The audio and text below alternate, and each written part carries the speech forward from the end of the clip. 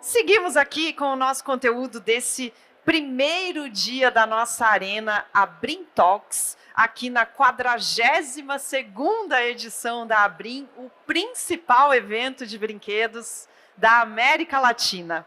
Agora, a gente tem aqui no palco um painel, um bate-papo sobre um tema super importante, um assunto que já foi abordado em outros momentos aqui na nossa arena. A gente vai falar sobre como as famílias estão diferentes, sobre como o mercado precisa acompanhar essa transformação.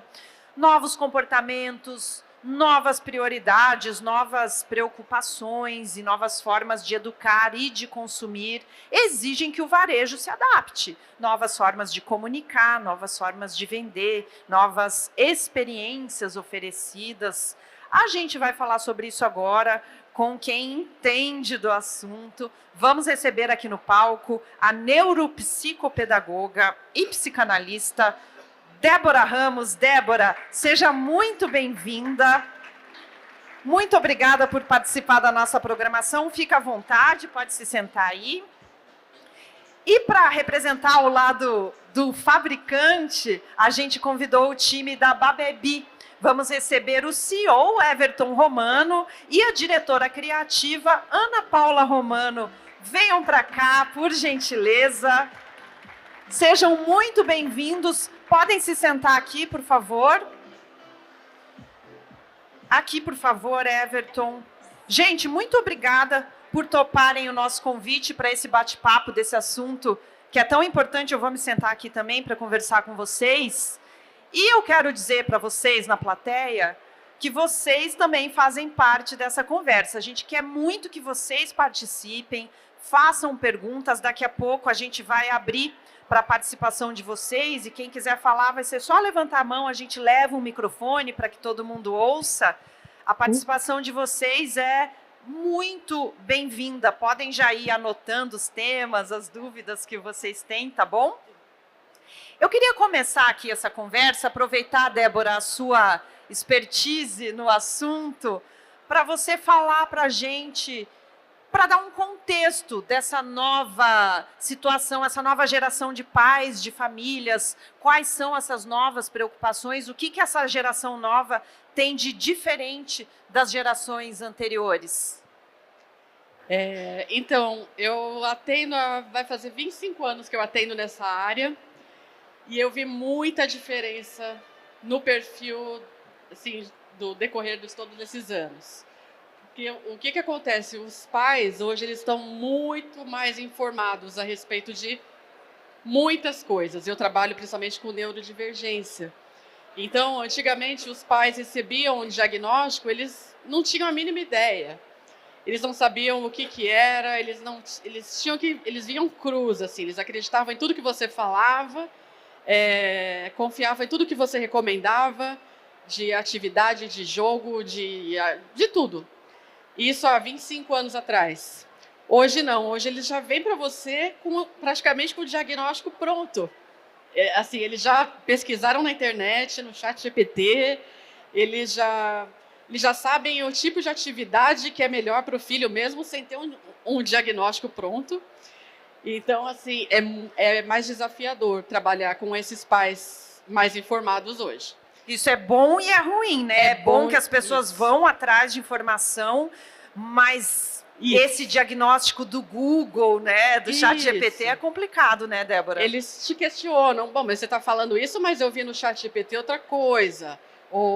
Então, eles têm muita informação. Então, você tem que ser competente, e eles são muito exigentes. Esse mercado de brinquedo, eles não querem só o diagnóstico, eles querem saber o que eu faço com isso. Então, eles chegam assim, que atividade você recomenda para eu praticar em casa com meu filho? Então, eles não querem levar o filho uma vez por semana no terapeuta. Porque eles sabem que, apesar do meu trabalho ser super importante, o meu e de outros profissionais, eles sabem que são 50 minutos uma vez por semana. Eles querem brinquedos, jogos, que vão desenvolver a criança no dia a dia, no final de semana, quando eles chegam do trabalho, que eles podem usar aquele tempinho ali depois da janta, antes de dormir. Então, é uma responsabilidade muito maior que a gente tem hoje. E, Débora, a gente já chegou aí, hein, gente? Já chegou aí no brinquedo, de fato, para a gente ligar as coisas.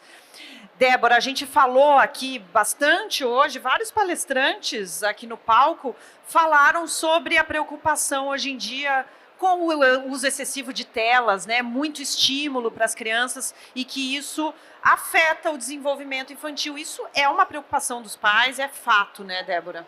É uma preocupação, mas eu estava até falando com o Everton agora há pouco, né, antes da gente subir aqui, que a gente também não pode ser radical, porque as telas hoje, elas fazem parte, a gente aqui trabalha com tela, todo mundo aqui depende de tela.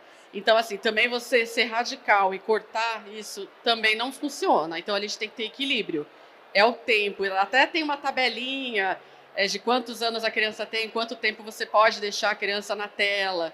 E, lógico, com os aplicativos corretos, com as atividades certas, os desenhos certos, né? Não é deixar largado também de qualquer jeito.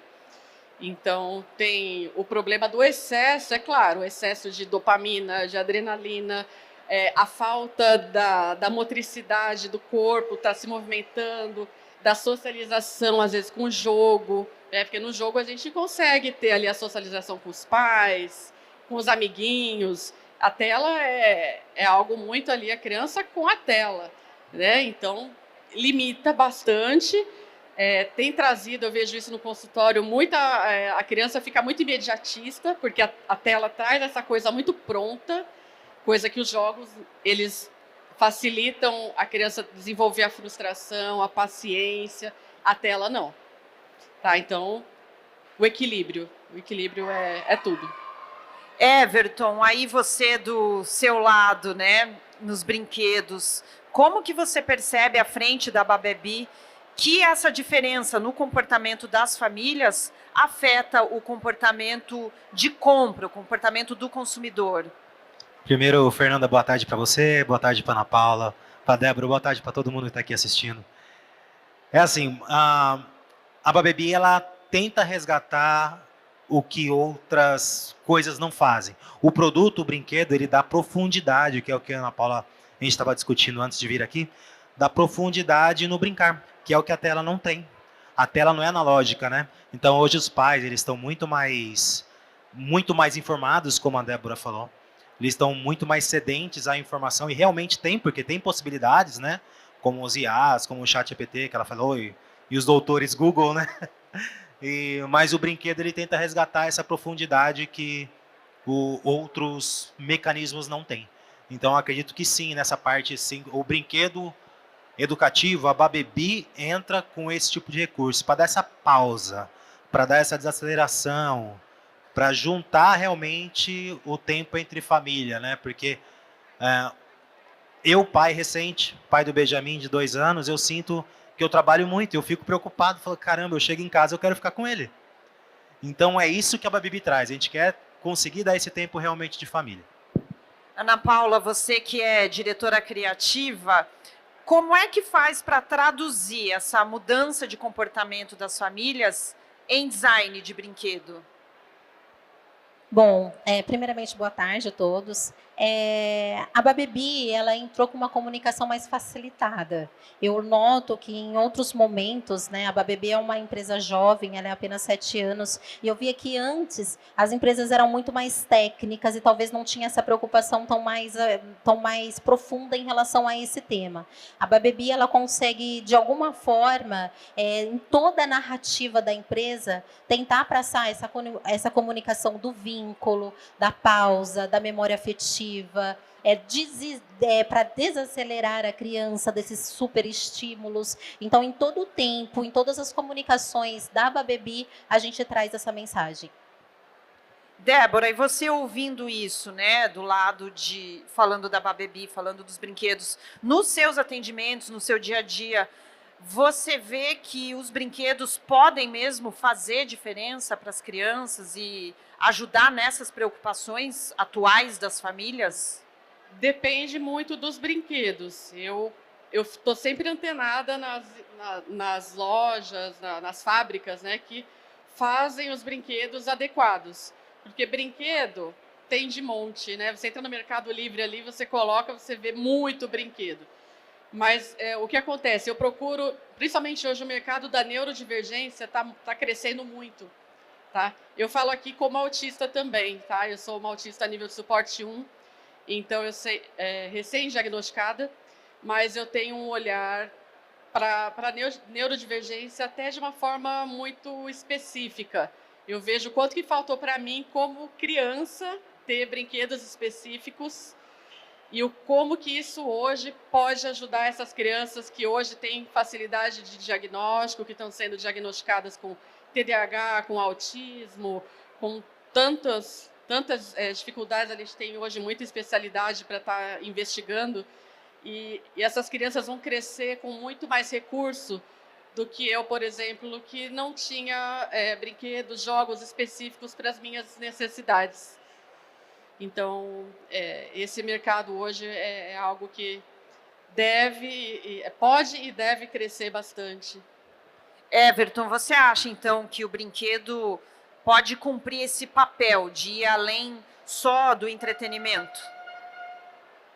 Até mesmo complementando o que vocês comentaram agora, a Ana Paula também comentou, principalmente da narrativa. Você perguntou se todos os brinquedos, né, qualquer brinquedo faz. Eu acho que existem um comércio, como a Débora falou, muito grande no autismo, que o pessoal olha, mas o brinquedo completo, a narrativa realmente do que traz o brinquedo em si, a construção, a produção, a gente vê que muitas fábricas colocam mais como um selo, como comércio, mas não como uma extensão de tudo que é o autismo, né? E tudo que é, assim, a relação, né? A Babebi, ela se preocupa desde o dia 1 até hoje. Eu acredito que em toda a fase do ser humano, né? A gente está partindo para outros tipos também de produtos, também preocupando com desde a primeira infância até a melhor idade.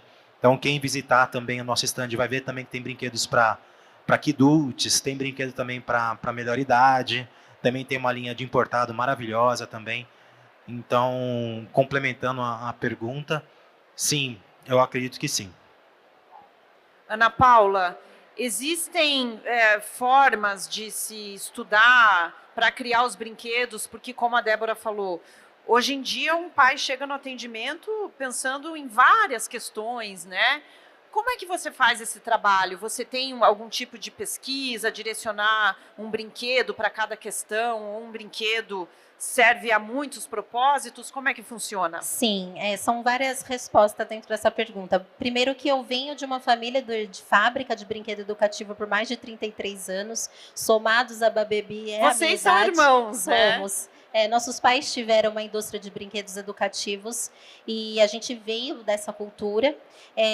Quando a Babebi surgiu, ela veio muito focada em trabalhar as habilidades das crianças, seja motora, cognitiva, sensorial, socioemocional, e fora tantos parceiros que nos acompanham ao longo dessa jornada, nos trazendo todas as ideias, variações do brincar. Então, é algo que a Babebi de fato se preocupa.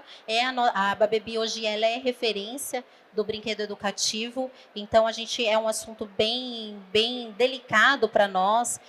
A gente acredita que um brinquedo ele não é só para criança autista, ele é para todas as crianças, e todos os autistas podem se apropriar do brincar, e o brincar não se limita apenas na primeira infância, assim como o Everton falou, a gente está ampliando a nossa linha, porque a gente acredita que os brinquedos da primeira idade pode convidar o adulto a brincar junto com a criança. A gente está trazendo uma linha aqui adultos, que é o adulto convidando a criança para brincar, e o também é da melhor idade, que são os mesmos estímulos, entre aspas, aqui, de desenvolvimento cognitivo, sensorial, emocional, porém com a linguagem do idoso. Então, com memórias, com vivências, experiências do idoso.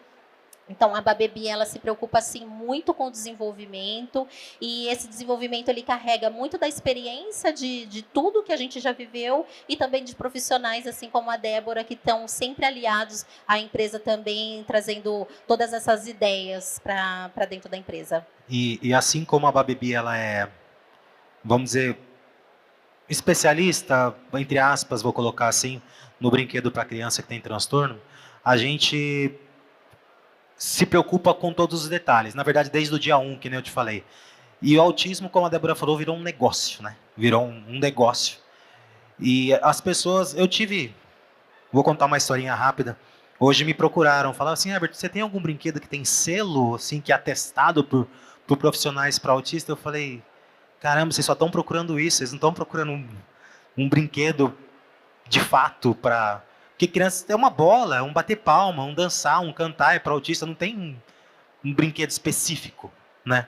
E realmente o pessoal olha como um negócio. Isso, pra gente que vive isso, chega até a ser um pouco triste, assim, que a gente luta pela causa e as pessoas só olham business, assim, é muito... Mas vamos continuar a nossa luta que vai dar certo. Débora, para quem não está muito inteirado no assunto, o que os pais geralmente vão te procurar? Qual que é a preocupação? Quais são as principais dores das famílias? Para a gente entender, até porque, além de um interesse de lojistas do setor, tem um interesse de muita gente que tem filhos aqui, acho que é um assunto que interessa para muita gente. Você podia dar um panorama para a gente? Da preocupação dos pais? Quais são as situações específicas? Por que mais te procuram? Então, hoje, como eu trabalho numa clínica de psicopedagogia, neuropsicopedagogia, e eu sou psicanalista também, infantil, a procura é um pouco diversificada, né? Mas o que acontece, a preocupação dos pais geralmente é o quê? O que eles estão conseguindo dar de atenção para os filhos, porque se trabalha muito, então eles chegam carregados de muita culpa do quanto que eu trabalhei e não consegui olhar para esse filho, e estou te trazendo ele agora para ver se você descobre algo que eu não tinha visto. E geralmente eles choram porque eles se sentem culpados depois também no resultado. Por que eu não vi antes? Por que eu trabalhei tanto? Então, eles tentam depois, é uma forma de compensar o que eu posso fazer para reparar. Então, eles querem saber como eles podem ajudar dali para frente. Então, a preocupação deles maior é o que fazer com isso. Né? Nós temos isso. E depois que eles têm a notícia, eu tenho uma criança com TDAH, ou uma criança autista, ou uma criança com problemas de depressão, porque eu sou psicanalista também. Que jogos que eu posso usar com o meu filho que vão ajudar a trabalhar as emoções? Ou que jogos que eu posso ajudar para aliviar a sensibilidade, esse excesso de sobrecarga que ele tem, no caso dos autistas? Ou uma criança muito agitada, um TDAH, que brinquedo que eu posso ter em casa que vai ajudar meu filho a relaxar um pouco, a focar melhor nas atividades, a parar para comer, né? Então, a preocupação deles é essa. Eles querem um socorro, eles querem saber o que eles podem fazer. Então, essa é a grande preocupação deles. Eles se sentem impotentes diante das situações. Everton, como que você acha que o lojista pode trabalhar essas questões, pode receber bem as famílias nas lojas e colaborar? O que a Débora falou é onde a Babebi entra, na verdade, né? É justamente ali que é o momento entre pais e filhos que a Babebi quer resgatar. Então, a gente não faz, entre aspas, colocando aqui, brinquedo para autista, como eu já disse desde o começo, a gente faz brinquedo é para todo mundo, brinquedo é para qualquer idade, brinquedo é para melhor idade, é para o kidults, é para criança, enfim. E a dificuldade eu vejo hoje, você perguntou do lojista, é justamente como oferecer um brinquedo correto para a criança, a necessidade ou a habilidade que ela precisa. Então, muitas vezes, até mesmo chega, eu tenho certeza disso, tem uns lojistas aqui que eu conheço, que eu estou vendo aqui, chegam lá e falam, qual brinquedo você tem para autista? É muito complicado, é uma pergunta muito abrangente, porque cada autista tem o seu tempo, cada autista tem a sua necessidade de ser trabalhada, né? E no dia eu fico também pensando quão difícil é profissional a Débora também passar por isso, porque ao mesmo tempo que eles procuram um brinquedo para emoções, que ela estava falando, que a Babibi tem alguns, mas como que ela faz em 50 minutos para preparar uma criança para a vida? Então, os brinquedos também entram nessa parte, também para ajudar os pais a trabalhar o tipo de desenvolvimento que está precisando para determinada época da criança atípica que tem uma necessidade especial. Então, nesse caso aí, como é emoções, ela vai trabalhar os 50 minutos, vai instruir provavelmente os pais, né, como trabalhar esse brinquedo, esse recurso terapêutico, que é como eles chamam, e aí durante a semana os pais têm que dar continuidade em casa para chegar na próxima semana e estar mais controlado emocionalmente a criança. Eu queria já aproveitar que a gente está falando do trabalho nas lojas, para abrir aqui para a plateia, queria saber se vocês têm dúvidas, querem aproveitar esse momento aqui para falar com os profissionais. A gente vai levar um microfone. Vou começar aqui, aí na sequência eu passo aí a pergunta, tá? O microfone já vai chegar para você, para que todo mundo possa acompanhar a questão. Aqui, Edu, por favor, aqui na frente. Pode falar. Vou botar. Oi. Boa tarde, meu nome é Leonardo. Eu queria perguntar sobre essa linha nova, principalmente dos Kiduts, se nós estamos falando da nova geração de pais e filhos, se ela vem com esse objetivo de ajudar pais que muitas vezes não tiveram um diagnóstico ou pais que estão tentando buscar a criança para esse mundo, que gostam desse tipo de conteúdo, se ela foi pensada também para aumentar esse tempo de convívio entre os pais e as crianças. Sim, Posso responder? Bom, É seu filho. Bom, a Babebi, ela é reconhecida como a primeira infância e agora ela chega com a linha Kiduts.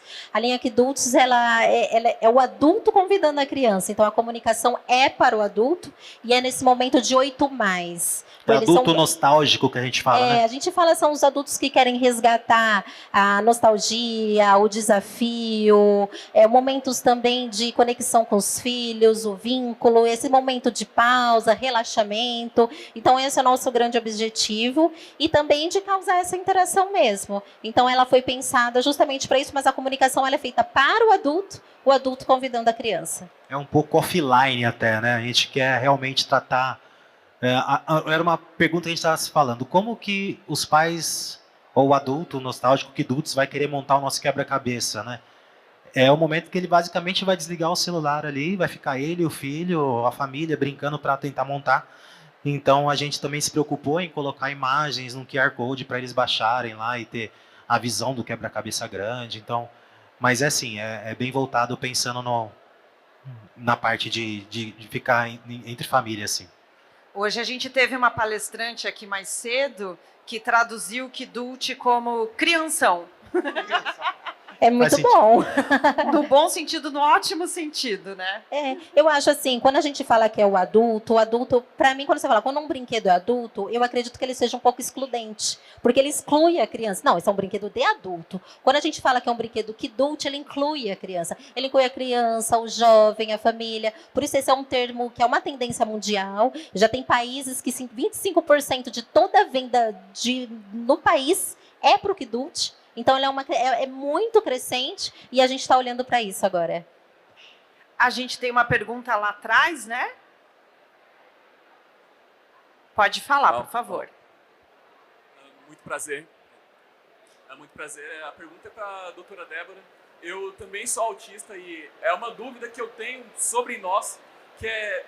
Eu também produzo um conteúdo de Beyblade e eu percebo que existe algo na gente que gosta muito desses brinquedos muito velozes. A criança adulta, a criança autista, ela gosta de Sonic, de Beyblade. Eu sempre que encontro as minhas crianças, elas estão com essa coisa que vai muito rápido. Então, o que é que tem no autista que nos anos 80, nos 90 gostava de brinquedo rápido e hoje em dia ainda está gostando do rápido? O que atrai a gente nisso? Obrigado. Obrigada a você pela pergunta. Fico muito feliz de ter mais um adulto autista aqui. Hoje o pessoal imagina que autista é só aquela criancinha, né? E nós fomos aquelas criancinhas que passaram invisíveis. Mas a tua pergunta sobre velocidade. O cérebro do autista é um cérebro, cientificamente falando, ele é mais rápido. Tá? Então, ele processa tudo de uma forma mais rápida. Isso, se você for em pesquisas mais profundas, você vai ver que isso tem bases científicas. Tá? Por isso que tudo é muito intenso. Essas luzes aqui, eu não estou suportando elas. Porque o que para vocês que não são autistas, uma luz é normal, para mim, eu processo essa luz pelo menos 3 vezes mais forte do que a maioria aqui. Então, tudo é muito mais intenso. E essa questão dessa intensidade, ela se... O pessoal deu uma diminuidinha na luz. Tá bem difícil, eu devia ter ido de óculos de sol. E essa velocidade, em tudo, em todo o processamento, ele também se traduz no lúdico. Então, a criança, lógico, ela vai buscar velocidade. Meu esposo está aqui, ele falou, se você pudesse escolher um brinquedo de criança, qual que você escolheria? Eu escolheria um Autorama. Porque eu também sempre amei velocidade, eu sempre gostei de Sonic, então eu te entendo muito. Quem mais quer fazer alguma pergunta para os nossos convidados? É só levantar a mão, a gente leva o microfone para vocês. Aproveitar esse momento para tirar dúvidas, para enriquecer aqui o nosso debate. Ninguém mais? Bom, daqui a pouco eu pergunto de novo, tá? Quem quiser perguntar, vai pensando aí, vai anotando as dúvidas. Bom, no começo aqui da nossa conversa, você falou, Débora, que a gente não pode radicalizar falando das telas, né, da preocupação com os estímulos, porque está na vida de todo mundo, então a gente não pode colocar a tecnologia como vilã, claro. Como é que faz para equilibrar isso? Tem um limite? Qual que é um uso saudável? Como que faz para controlar isso no dia a dia, ainda mais com a correria toda dos pais cuidando dos filhos? Eu não estou com a tabelinha aqui, mas existe até uma tabelinha, né? O pessoal conhece que, dependendo da idade da criança, você pode estudado cientificamente o tanto de tela que é saudável ainda você deixar a criança. Então, uma criança de 1 aninho, eu sei que tem um períodozinho ali de tela que é saudável ainda. Não adianta você deixar uma criança de 2 anos, 5 horas na tela e você ficar no computador trabalhando home office. Não tem como, isso vai estragar o cérebro da criança. Então, para cada idade, existe um tempo adequado, estudado cientificamente, que é ainda considerado saudável, com o conteúdo saudável, lógico, né? Não vai colocar qualquer coisa na tela também. Então, tem que ser de acordo com a idade da criança. E é isso. Eu até brinco que eu falo que até água demais é ruim. Então, é só tomar um cuidado. Quando você vê que está partindo para o excesso, tira um pouquinho, muda, faz outra coisa. Dizem que até 4 anos é 0, né? E hoje, em média, na primeira infância, se usa de 4 a 5 horas de tela por dia. Isso. Ana Paula, e tem uma tendência dos próprios brinquedos misturarem, né, com tecnologia. Aí já entra nessa conta também. A Bababy não entra, então é algo que a gente defende bastante. Eu acho que já tem o excesso, a gente não tem por que acrescentar ou colocar mais. A gente, de fato, convida essa pausa, porque eu acho que o papel da Bababy é sair da bolha. É tentar resgatar aquilo que se foi perdido. Eu acho que as pessoas começaram a ter a consciência do excesso e começarem a buscar algo que possa desvincular disso tudo. Então, a Bababy, ela é essa ponte. Everton, você falou do seu filho pequeno, que você chega em casa, né, quer ficar com ele. Ele tá aqui, tá lá Tá com a minha esposa, tá lá, bonitão. Tá lá, já acostumado desde pequeno, né, com as feiras. Olha lá, oi Benjamin. Olha lá o Filho. Benjamin. Oi filhão. Oi. Olha lá, ele te viu agora. Agora viu. Que gracinha. Você acha que um brinquedo para uma criança, por melhor que ele seja, por mais que ele tenha sido criado com muito cuidado, ele não vai substituir um tempo de qualidade com os pais, né? Ou dá para misturar isso? Tempo de qualidade, vai usar um brinquedo de qualidade? Como é que equilibra isso? A gente faz muitas lives, eu e minha irmã, né? E uma das coisas que os profissionais de desenvolvimento que mais falam, que o melhor brinquedo, entre aspas, para criança, é o chão. Larga no chão, deixa brincar. Aí sim ela vai desenvolver o brinquedo que ela quer pegar, o brinquedo que ela quer trabalhar, porque a criança em si, ela busca né, por anseio de alguma informação. Então ela vai achar alguma coisa para entreter ela. Pode ser, sei lá, um papel, qualquer coisa que esteja jogado no chão, ela vai querer brincar e vai desenvolver uma criatividade que ela precisa desenvolver naquela hora. Então, a Babebi, ela traz o brinquedo sim para auxiliar, para brincar. Na verdade, a gente faz... Qual que é a intenção do nosso brinquedo? Justamente eu já falei a palavra. É um brinquedo intencional. Todo o nosso brinquedo que ele é feito, ele tem uma intenção de fazer alguma coisa, desenvolver alguma coisa. Mas eu acredito que o melhor realmente para a criança é o chão. O chão é a melhor oportunidade para ele desenvolver. Tem até aquela história, né? Tem criança que ganha um brinquedo e prefere brincar com a caixa, né? A nossa caixa é muito boa. A nossa caixa é muito boa. A gente fala que a nossa caixa é parte integrante do produto. Ana, você como diretora criativa, tem como fazer uma autocrítica assim, da indústria, caminhando por uma feira importantíssima como a Brim, né, a maior da América Latina? O que você acha que falta para a indústria? O que está faltando para pensar nesses brinquedos com propósito? É estudo? É sensibilidade? É o quê? Não, eu acho que falta propósito mesmo. Amor. Eu acho que falta... Eu estive conversando com um representante que trabalha na área do brinquedo há mais de 40 anos e ele fala que que ele passou por diversas fábricas, grandes indústrias, grandes nomes e que fala-se sobre convenção, mas não fala a palavra criança. Isso é inconcebível. A gente, a todo tempo, a gente olha a criança, a partir da criança a gente desenvolve algo, e não o contrário. A gente não empurra brinquedo goela abaixo, a gente não quer criar um brinquedo para gerar business, para gerar... Claro, isso é importante, sim, mas não é o propósito da nossa empresa. Então, acho que falta sensibilidade, falta propósito, falta, de fato, o que realmente o brinquedo tem que se propõe a fazer, que é a criança ser o protagonista do brincar, os excessos de superestímulos de cores, barulho, pilha, informação. A gente já está tão envolto a isso tudo, a gente já está tão... Claro, o brinquedo tem que ser interessante, o brinquedo ele tem que chamar a atenção da criança. A gente busca isso na sutileza, a gente busca isso nas imagens, no colorido, e puxa a criança para esse universo do imaginário, do brincar simbólico, de brincar com as mãos. E quando a gente fala sobre trazer os pais para brincar junto, não é porque assim, eu vou pegar um brinquedo, vou largar lá e vou deixar minha criança ali. Aquilo pode ser por um determinado momento, sim, porque a criança ela vai explorar aquele brincar. Mas quando um pai ele está ali conversando, olho no olho, mão na mão, toque no toque, e é isso que a Babebi ela busca. Ela tem essa questão mais singela. Então acho que o sucesso da Babebi ela acaba vindo por isso, pelo propósito que ela põe em cada brinquedo. Muito bom.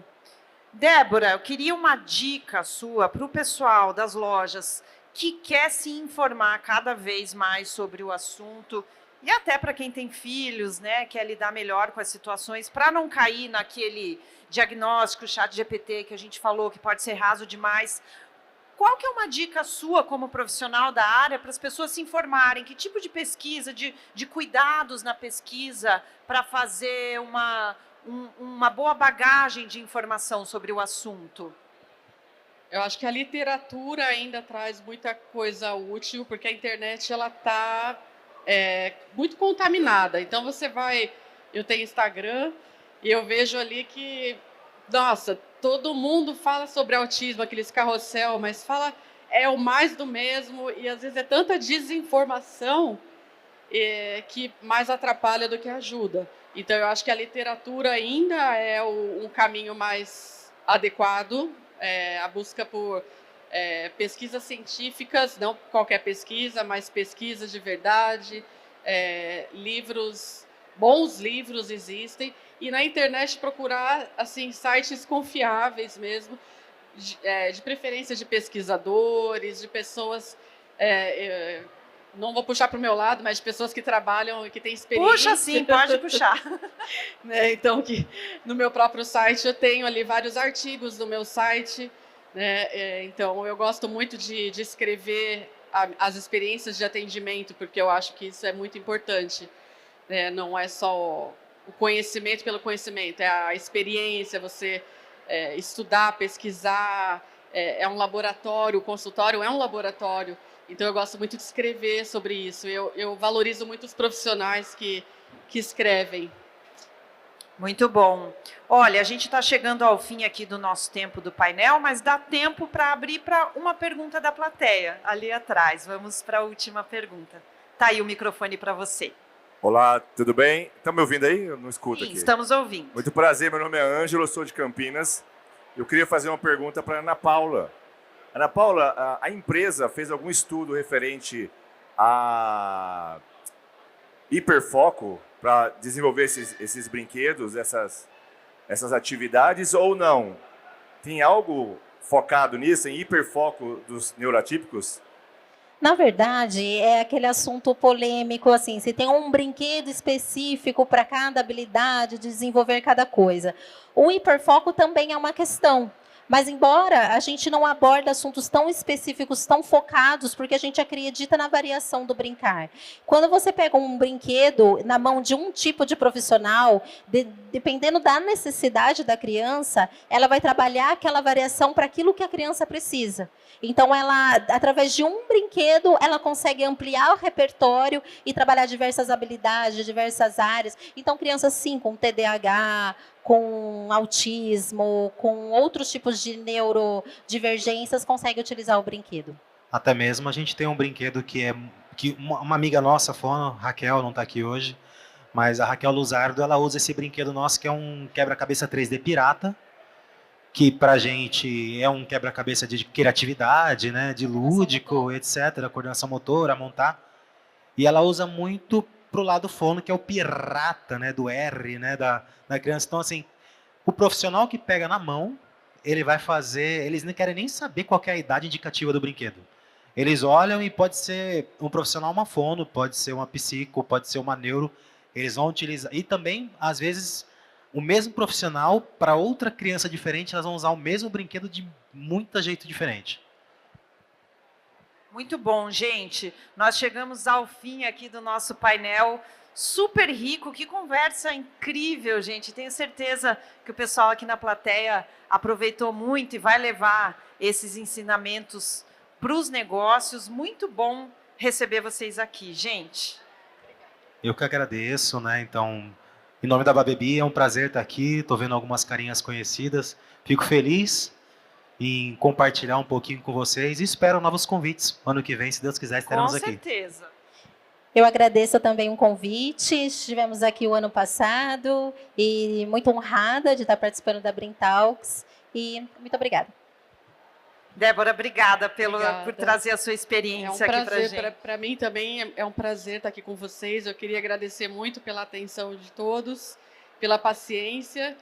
E é uma honra para mim o convite e por estar aqui com vocês. Para nós Obrigada. que é uma honra, obrigada pela participação de vocês. Eu peço aplausos para os nossos convidados.